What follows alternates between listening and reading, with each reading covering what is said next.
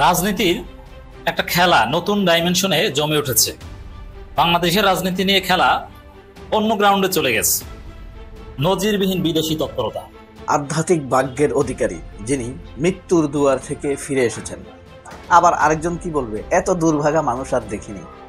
অপরাধ না করেও 17 বৎসর যাবৎ জেলে ছিল। চট্টগ্রামের 5 তারকা হোটেলে আমেরিকান সৈন্য, আর বিমানবন্দরে দাঁড়িয়ে আছে সামরিক পরিবহনের বড় বিমান C-130। চট্টগ্রামে নেমেছে কয়েকশো মার্কিন সেনা। কক্সবাজারে এসেছে আমেরিকান যুদ্ধজাহাজ। কুরুমুশ বাংলাদেশকে কি লেখাচ্ছে বলেন, দেশের জন্য জীবন দিয়ে দেব, তবু 71 ও 24 সালে রাজাকারদের হাতে দেশ স্থানান্তর করা। খুবই ইন্টারেস্টিং একটা খবর। প্রধান উপদেষ্টা ডক্টর মোহাম্মদ ইউনূস জাতিসংঘ অধিবেশনে যোগ দেবেন। 21 তারিখে যাবেন, 21শে সেপ্টেম্বর, 26শে সেপ্টেম্বর তিনি বক্তব্য দেবেন। এখানে বলা হচ্ছে পররাষ্ট্র উপদেষ্টা তহিদ হোসেন ব্রিফ করছেন। সেখানে বলা হচ্ছে যে যেখানে জাতিসংঘের মহাসচিব, মার্কিন প্রেসিডেন্ট সহ একাধিক পক্ষের সঙ্গে বৈঠক আছে। যেই দেশের মানুষকে, যেই দেশের সাধারণ মুসলমানদেরকে আপনি জঙ্গি বলেন, ওই মুসলমান ভাইরা আমি বা আমার বাচ্চা ছাড়া কেন আপনাকে ভোট দিতে যাবে? আপনাকে বুদ্ধি দিচ্ছে কে? রয়্যাল ন্যারেটিভ, ছাত্রদল বা বিএনপি। এরা আসলে কেন ধীরে ধীরে জনবিচ্ছিন্ন হচ্ছে? কেন হচ্ছে? ভারত এটাই চায়। তারেক রহমান সাহেব, আমার জীবনে আমি যেই দেশের সাধারণ মুসলমানদেরকে আপনি জঙ্গি বলেন, ওই মুসলমান ভাইরা আমি বা আমার বাচ্চা ছাড়া কেন আপনাকে ভোট দিতে যাবে? আপনাকে বুদ্ধি দিচ্ছে কে? রয়্যাল ন্যারেটিভ, ছাত্রদল বা বিএনপি। এরা আসলে কেন ধীরে ধীরে জনবিচ্ছিন্ন হচ্ছে? কেন হচ্ছে? ভারত এটাই চায়। তারেক রহমান সাহেব, আমার জীবনে আমি বেকুব দেখেছি, এমন বেকুব দেখি নাই। জামাত ইসলামী রাজাকার ছিল, জামাত ইসলামী দেশদ্রোহী, আমি এটা মানতে কোনোদিনই রাজি না। এবং 1971 সালের জন্য জামাত ইসলামীকে মাপ চাইতে হবে এমন গাদা করে উঠতে আমি শুনতেও চাই। যারাই বলে I am willing to debate anyone and everyone by the book, black and white. কারণ 1971 সালে জামাত যদি মুক্তিযুদ্ধকে সমর্থন দিয়ে না থাকে, সেটা ছিল আইডিওলজিক্যাল ডিফারেন্স। এবং রাষ্ট্রবিজ্ঞান এবং ইতিহাস আমাদেরকে শেখায় পৃথিবীর কোন দেশের 100% জনগোষ্ঠী তাদের স্বাধীনতাকে সমর্থন করে নাই। স্বয়ং আমেরিকার স্বাধীনতা যখন হচ্ছিল, আমেরিকার ফাউন্ডিং ফাদারদের একজন জর্জ ওয়াশিংটন পর্যন্ত প্রথম দিকে আমেরিকার স্বাধীনতা চায়। তাহলে কি জর্জ ওয়াশিংটনকে রাজাকার বলা হবে? জর্জ ওয়াশিংটন স্লেভদের ফ্রি করতে চায় না, এই জন্য কি জর্জ ওয়াশিংটনকে স্বৈরাচার বলে আজকে ফাঁসি দিতে হবে? আমি এটা বিশ্বাস করি না, ইউরোপিয়ানরা এটা বিশ্বাস করে না। আসসালামু আলাইকুম দর্শক, নতুন একটি খবরে আপনাদের সবাইকে স্বাগতম। আশা করছি আপনারা ভিডিওর শুরুটা দেখেই বুঝতে পেরেছেন আজকের নিউজটা ঠিক কতটা গুরুত্বপূর্ণ হতে চলেছে এবং ঠিক কোন দিকটাকে ইঙ্গিত করছে। তাই বলবো দর্শক, যারা ভিডিওটি দেখতে শুরু করেছেন তারা অবশ্যই নিউজটি না টেনে সম্পূর্ণ মনোযোগ সহকারে দেখবেন, তাহলে এই বিষয় সম্পর্কে আসল তথ্যগুলো জানতে বা বুঝতে পারবেন। তো প্রিয় দর্শক, আমি আর কথা বাড়াবো না। ভিডিওর শুরুতে আপনাদের যেই ভিডিওগুলোর অংশবিশেষ দেখিয়ে শুরু করেছিলাম, সেই ভিডিওগুলোর বিস্তারিত আলোচনা দেখব। তবে তার আগে অনুরোধ, যারা এখনো চ্যানেলটি সাবস্ক্রাইব করেননি সকলে চ্যানেলটি সাবস্ক্রাইব করে পাশে থাকা বেল আইকন বাজিয়ে দিন। আর যারা ইতিমধ্যে সাবস্ক্রাইব করে রেখেছেন তাদেরকে অসংখ্য ধন্যবাদ। প্রিয় দর্শক, চলুন একটি লাইক দিয়ে আমরা ধারাবাহিকভাবে সবগুলো ভিডিওর বিস্তারিত আলোচনা দেখে আসি। আপনারা কেন করেন? আপনারা কি বেশি বুঝেন রাজনীতি? আচ্ছা, এখন আজকের আলোচনায় আমি একটা জিনিস আমি বোঝাতে চাচ্ছি। ছাত্রদল বা বিএনপি এরা আসলে কেন ধীরে ধীরে জনবিচ্ছিন্ন হচ্ছে? কেন হচ্ছে? ভারত এটাই চায়। কেন হচ্ছে? আওয়ামী লীগও এটা চায়। কেন এটা হচ্ছে? হাসিনা শেখ এটাই চায়। তারা বিএনপিকে আইসোলেটেড করতে চাচ্ছে। বিএনপি যে গর্ব করে বলছে আমরা সবচেয়ে জনপ্রিয় দল, এই শব্দটা তাদের কাছ থেকে তারা সরিয়ে নিতে চায়। তারেক রহমান দেখছে যে আমি বাংলাদেশে আজকে জঙ্গি তৎপরতার কথা বললে আমারে হয়তো আমেরিকা থেকে টিয়ার 3 টেররিস্ট অর্গানাইজেশন উঠায় দিবে। তারেক রহমান সাহেব, আমার জীবনে আমি বেকুব দেখেছি, এমন বেকুব দেখি নাই। আপনি বাংলাদেশে রাজনীতি নিয়ে কথা বলতে গেলে ডাকসু নির্বাচন বা জামাতের রাজনীতিকে নীতিকে নীতি দিয়ে, সত্যকে সত্য দিয়ে, দেশপ্রেমকে দেশপ্রেম দিয়ে চ্যালেঞ্জ না করে আপনি যেই দেশে কোনো জঙ্গি নাই এখন বলেন মৌলবাদ বাংলাদেশে মাথাচাড়া দিয়ে উঠেছে, মৌলবাদ জঙ্গিবাদ বাংলাদেশে প্রশ্রয় দেওয়া হবে না। আপনি এই কথাগুলো আপনাকে কে শিখিয়েছে? ফারুক সর্দার, জাহিদ সর্দার সাদি। আপনি কি জানেন তারেক রহমান সাহেব জাহিদ সর্দার সাদি, ফারুক সর্দার এক লাইন বাংলা ঠিক মতো বলতে পারে না, এক লাইন ইংরেজি ঠিক মতো সেন্টেন্সটা মেক করতে পারে না? আপনি কি জানেন তারেক রহমান সাহেব? তার উপরে নির্ভর করে 10 বছর আগের ডোনাল্ড ট্রাম্পের বাচ্চার ছবি দেখে আপনার মনে হয়েছে তার জাহিদ সর্দার সাদি বিএনপিকে টিয়ার 3 থেকে সরাইয়া দিবে? এই বুদ্ধি আপনাকে কে দিছে যে বাংলাদেশে জঙ্গিবাদ আছে? আপনি কথায় কথায় যে বলেন বাংলাদেশে জঙ্গিবাদ উৎপাটন করতে হবে, আপনার এই ডায়লগটা কে শিখাইছে তারেক রহমান সাহেব? আপনি রাজনীতির যে কফিন, যে কবর, নিজের কফিনের নিচের পেরেকটা মারতে কেন যাচ্ছেন? আপনি জানেন না যে বাংলাদেশে জঙ্গিবাদ নাই, বাংলাদেশের শান্তিপ্রিয় মুসলমানরা আছে। শান্তিপ্রিয় মুসলমানরা হিন্দুদের মন্দির পাহারা দিতে পর্যন্ত তারা আপত্তি করে না, হিন্দুদেরকে গিয়ে খাওয়া বিলাইতে তারা আপত্তি করে না। সেই দেশের লোকজনদেরকে আপনি যখন জঙ্গি বলেন, ওই দেশের মুসলমানরা কি আপনারা ভোট দিবে? আমি তো দেখি না। যেই দেশের মানুষকে, যেই দেশের সাধারণ মুসলমানদেরকে আপনি জঙ্গি বলেন, ওই মুসলমান ভাইরা আমি বা আমার বাচ্চা ছাড়া কেন আপনাকে ভোট দিতে যাবে? আপনাকে বুদ্ধি দিছে কে? রয়্যাল ন্যারেটিভ, মির্জা ফাক, আব্দুল আওয়াল মিন্টু, আমির খসরু মাহমুদ, ইকবাল হোসেন টুকু, সামা ওবায়দ, কে দিছে আপনার এই বুদ্ধিটা? নাকি ফারুক সর্দার আর ব্যারিস্টার সায়েম নামের যে কলা গাছ আছে আপনার পাশে, অথবা হুমায়ুন আছে, এরা দিছে আপনার এই বুদ্ধি? আপনি আরেকটা বলতে ধরে নিয়েছেন মাহাদি আমিন না যেন কোন ছাতা। মাহাদি আমিন আপনার সম্পর্কে যেখানে ক্যানভাস করতে যায়, মনে হয় কি জানেন, কাগজ মুখস্থ করে আসছে। আপনি তার মুখস্থ করে পাঠাইছেন, যাও আমার দালালি করো। তারেক রহমান সাহেব, দেশের মানুষ আগের চেয়ে অনেক সচেতন। কেন জানেন? মানুষ শেখে কখন? যখন ঠেকে যায়।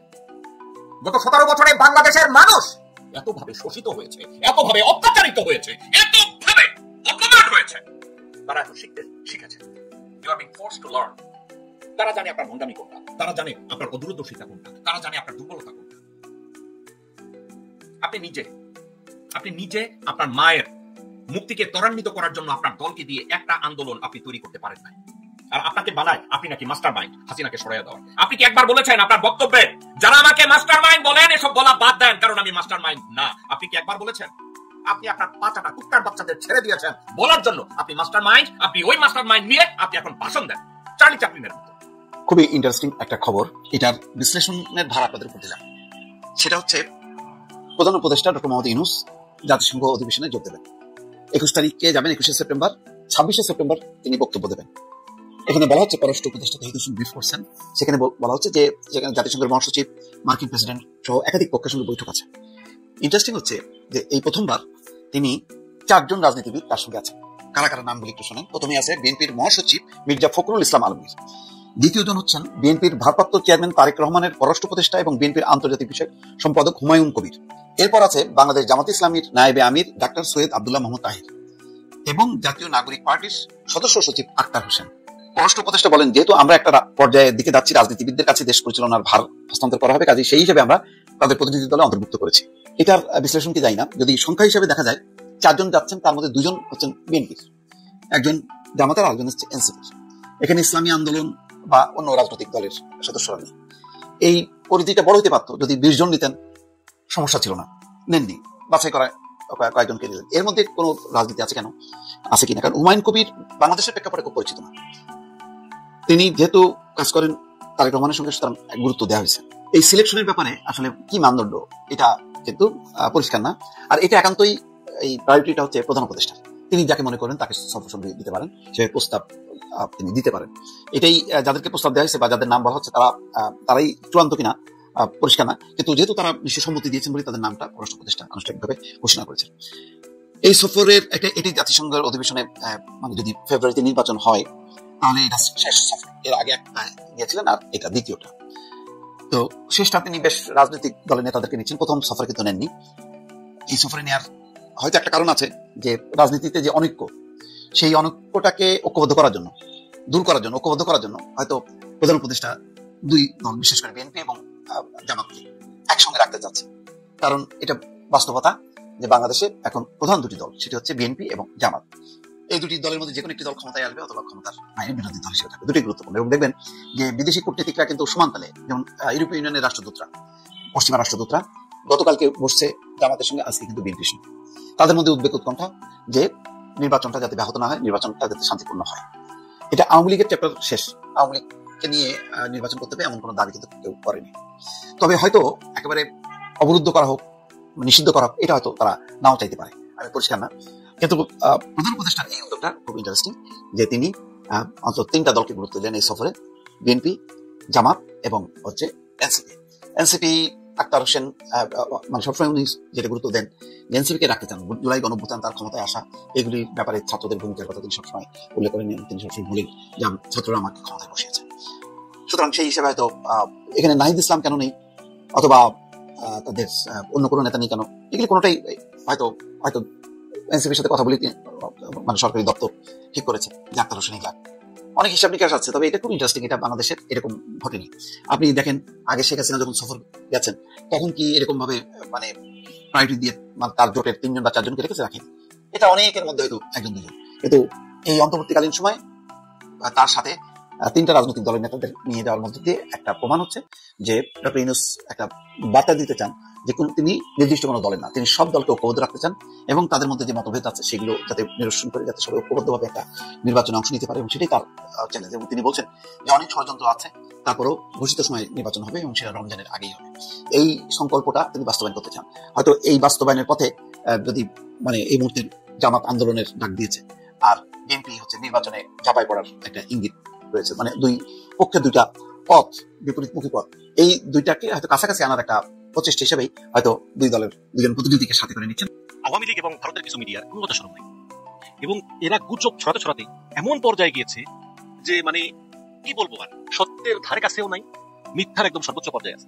আবার কিছু তো মানুষ দেখেও, যেমন অনেক মানুষ আছে না সিনেমা হলে যায়, হরর মুভি দেখে, ফ্যান্টাসি মুভি দেখে, তারা নিজেরা জানে যে এগুলো মিথ্যা কথা দেখে কল্পনা জগতে হারিয়ে যায়। তো কিছু লোক আছে এগুলো দেখে, আমার মাঝে মধ্যে খুব মেজাজ গরম হয়, মন চায় মানে এদেরকে পিনাকি ভট্টাচার্যের মতো গালি দিই, কিন্তু পারি না।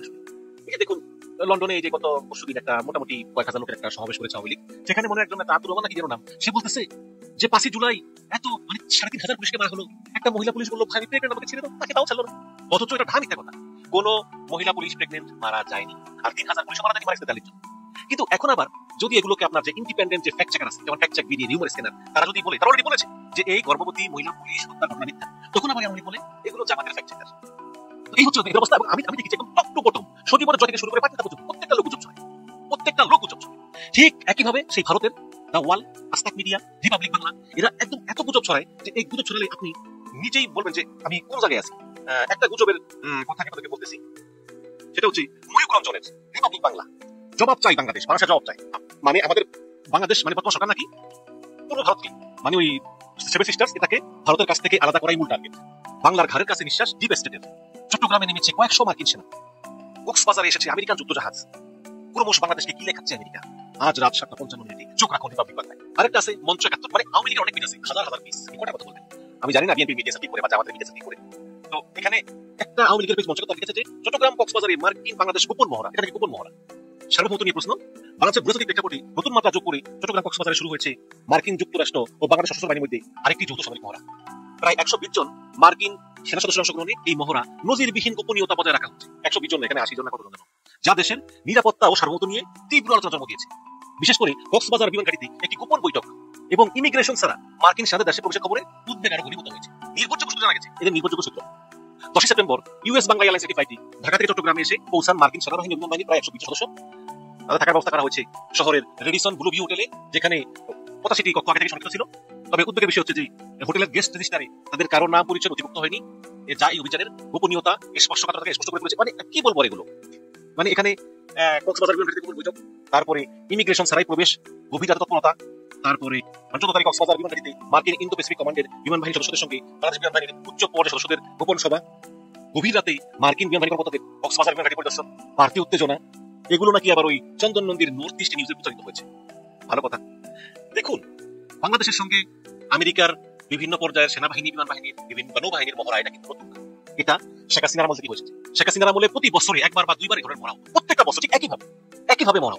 তখন তো এইসব কথা বলা হতো না, তখন তো এই আওয়ামী লীগেরা এবং এই ভারতীয় গুজববাজরা, আওয়ামী লীগ গুজববাজরা কেউ তখন বলতো না। এই আমেরিকার সঙ্গে বাংলাদেশের যে নৌ মহড়া, এটা প্রতি বছর বছর হয়ে আসছে। হাসিনা পালিয়ে যাওয়ার পরে দুইবার, ইউনূসের আমলে দুইবার, আর হাসিনার আমলে গত 15-16 বছর ধরে 15-16 বারই হয়েছে। আমি আপনাদেরকে শুধু দুইটা উদাহরণ দিই, আমি দুটো উদাহরণ দিই। যেমন এখানে দেখেন বাংলাদেশ যুক্তরাষ্ট্র 6 দিনের বিমান মহড়া শুরু রোববার। এই খবরটা বাংলা নিউজে প্রকাশিত হয়েছে 19 ফেব্রুয়ারি 2022 সাল। এখানে লিখেছে যে রোববার 20 ফেব্রুয়ারি শুরু হচ্ছে যুক্তরাষ্ট্রের প্যাসিফিক এয়ারফোর্সের সঙ্গে বাংলাদেশ বিমান বাহিনীর 6 দিন ব্যাপী এক্সারসাইজ স্কোপ সাউথ 2022 শীর্ষক মহড়া। সেম, এখন তো সেম জিনিস। তখন শেখ হাসিনা কথা ছিল 2022 সালের 19 ফেব্রুয়ারি। আরেকটা দেখুন 2020 সালের 3 ফেব্রুয়ারি, এটা আইএসপিআর থেকে বলা হয়েছে, মানে সেনাবাহিনীর যেই মুখপাত্র হিসেবে কাজ করে আইএসপিআর, বলা হয়েছে বাংলাদেশ বিমান বাহিনী ও প্যাসিফিক এয়ারফোর্স, ঠিক সেম প্যাসিফিক এয়ারফোর্স, যুক্তরাষ্ট্রের যৌথ অনুশীলন মহড়া এক্সারসাইজ স্কোপ সাউথ 2020 অনুষ্ঠিত, এবং এখানে ছবিও দিয়ে দেওয়া হয়েছে। শেখ হাসিনার আমলে প্রত্যেকটা বার এই ধরনের মহড়া, এটা স্বাভাবিক প্রক্রিয়া। ঠিক তেমনি কক্সবাজারে মার্কিন নৌবাহিনী এসে সেখানে আমাদের মেরিন সেনাদেরকে বিভিন্ন ট্রেনিং মাঝে মধ্যে দেয়, এবং ভারতে গিয়েও অনেক সেনাবাহিনীর সদস্যরা ট্রেনিং নিয়েছে বিভিন্ন কলেজে, যদিও সেটা পুরস্কার বন্ধ করেছে বা শেখ হাসিনা অলরেডি। এগুলো প্রশিক্ষণের স্বাভাবিক প্রক্রিয়া। উন্নত দেশের সেনাবাহিনীর কাছ থেকে প্রশিক্ষণ নিলে আমাদের সেনাবাহিনী দক্ষতা বৃদ্ধি পায়। এটা শেখ হাসিনার আমলে হয়েছে, সেই ধারাবাহিক বাবর, লুৎফুজ্জামান বাবর। আপনাকে যদি প্রশ্ন করা হয় লুৎফুজ্জামান বাবরের ভাগ্য নিয়ে কিছু কথা বলুন, আপনি বলবেন লুৎফুজ্জামান বাবর এক আধ্যাত্মিক ভাগ্যের অধিকারী যিনি মৃত্যুর দুয়ার থেকে ফিরে এসেছেন। আবার আরেকজন কি বলবে, এত দুর্ভাগা মানুষ আর দেখিনি, অপরাধ না করেও 17 বৎসর যাবৎ জেলে ছিল। আচ্ছা, তাকে কি আসলে আপনি সৌভাগ্যবান ভাববেন নাকি দুর্ভাগা ভাববেন? যাই হোক, বাংলাদেশের রাজনীতিতে সবচাইতে চমক জাগানো ঘটনাটি ঘটে গেছে গতকাল, অর্থাৎ 16ই সেপ্টেম্বর। আপনি সবসময়ের জন্য না বলেন, অন্তত এই সেপ্টেম্বর মাসের সবচাইতে চমক জাগানো ঘটনা হলো লুৎফুজ্জামান বাবরের ফিরে আসা, স্বরাষ্ট্র মন্ত্রণালয়ে গিয়ে স্বরাষ্ট্র উপদেষ্টাদের সাথে সাক্ষাৎ করা, স্বরাষ্ট্র উপদেষ্টা চেয়ার ছেড়ে উঠে এসে স্যার বলে সম্বোধন করে তাকে বুকে জড়িয়ে ধরা। এই ব্যাপারটি সিগনিফিক্যান্ট, ভাবার মতো। কি ঘটেছে ভেতরে, বাইরে কি ঘটছে, আসল রহস্য আমরা উদ্ঘাটন করব। আপনাকেই যদি প্রশ্ন করা হয় কেন লুৎফুজ্জামান বাবরকে নিয়ে এটা করা হলো, এটার পেছনের রহস্যটা কি? পেছনের রহস্যটা একদম সহজ।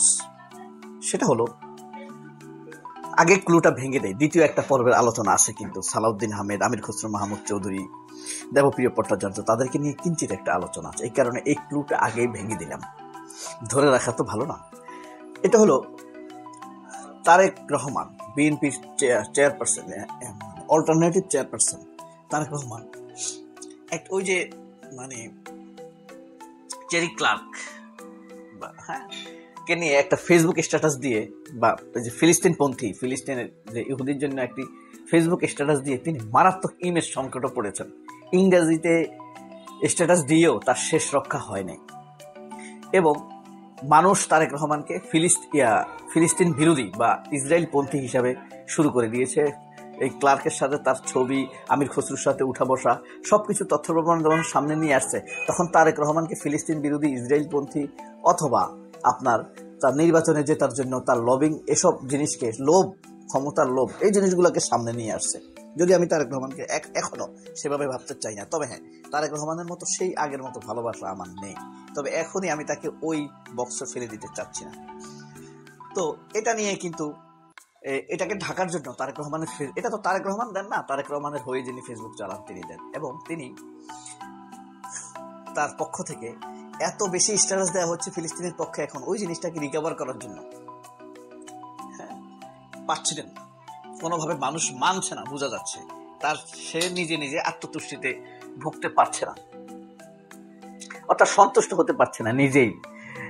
এবার কি করলো, লুৎফুজ্জামান বাবরকে স্বরাষ্ট্র মন্ত্রণালয়ে পাঠিয়ে একটা চমক জাগালো। এটা একটা আওয়ামী ভার্সন। একটি ঘটনা যখন খুব সমালোচিত হয়, ঘৃণা করতে শুরু করে মানুষ, তখন আরেকটি ঘটনা ঘটিয়ে দেওয়া। এই মুহূর্তটাকে লুৎফুজ্জামান বাবরকে ব্যবহার করেছে ঘটনা ডাইভার্সেশনের জন্য। এটাই হলো মূল রহস্য। এখন বাবরকে নিয়ে আলোচনা হবে।